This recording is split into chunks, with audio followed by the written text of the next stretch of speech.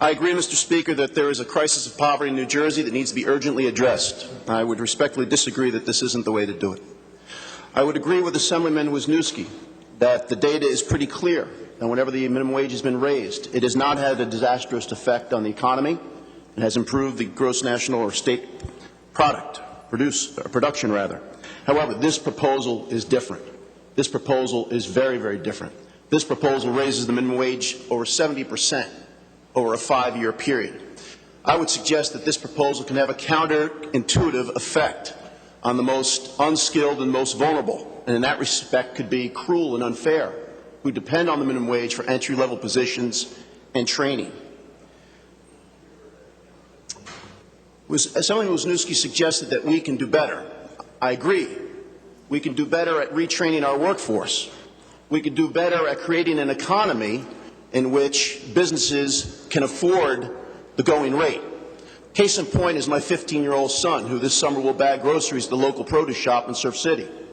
The minimum wage in New Jersey is $8.38. That's more than the federal wage. And yet my son will be paid $10 an hour because that's what the economy provides for in Surf City. And so there's a different way to go about solving this crisis of poverty in New Jersey. And what also concerns me is when we say we can do better, who exactly are we talking about outside of this legislature? We're not really talking about big business. We're not really talking about the Fortune 500 or 100. They'll be able to afford this more than likely. And they'll be able to spread out that added cost amongst million upon millions of sales and have maybe a negligible effect on the price of their goods to consumers. We all know in this chamber, small businesses are the engines of job growth, and this will have a terrible effect on small business. I mean this very sincerely. I have the privilege of representing Princeton. It is one of the more liberal towns in all of New Jersey.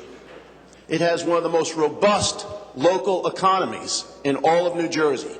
Come to the downtown of Princeton. None of those mom and pop shops support this legislation. And it's not because they're mean-spirited.